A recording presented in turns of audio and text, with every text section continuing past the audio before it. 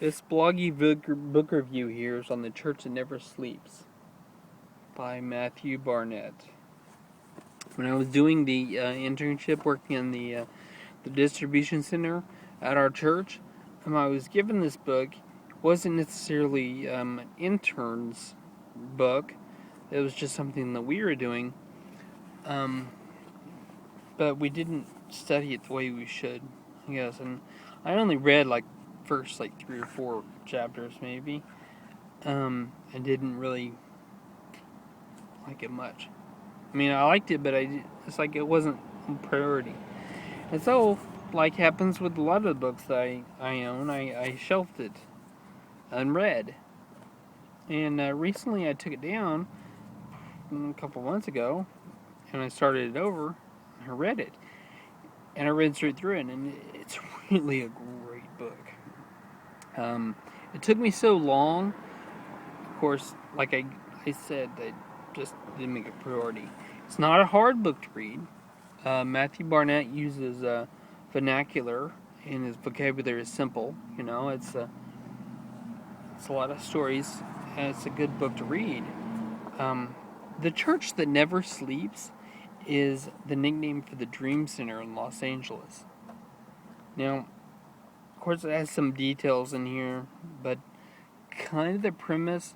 See, Tommy Barnett, his dad, is a pastor of a huge church and in Arizona, and there was this little church in Los Angeles that was going under. It didn't have a pastor, and they asked him. They said, "Pastor Barnett, can you suggest somebody for this? We've got a little pastorate or whatever."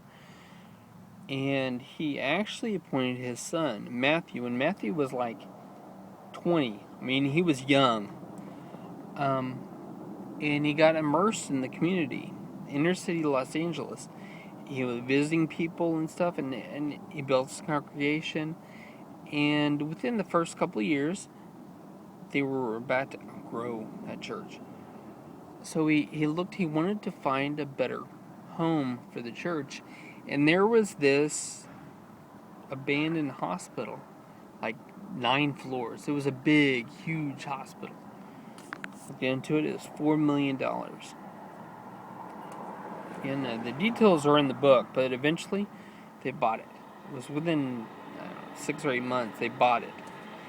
And it took a lot of work, a lot of cleaning, but that's where the Dream Center is housed, or was 15 years ago.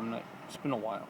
This book is 15 years old, which I think is kind of crazy. But there are about 300 individual ministries that operate a week, and some of them are daily. But homeless, visiting orphans. They got food ministries feeding the needy. They got ministries for prostitutes, ministries for abused persons, drug addicts, homeless. I probably already said that, but they got all these ministries for people in inner city Los Angeles, and it inspires me that it does something that most churches don't do. It's not a traditional church, and I want to be part of that.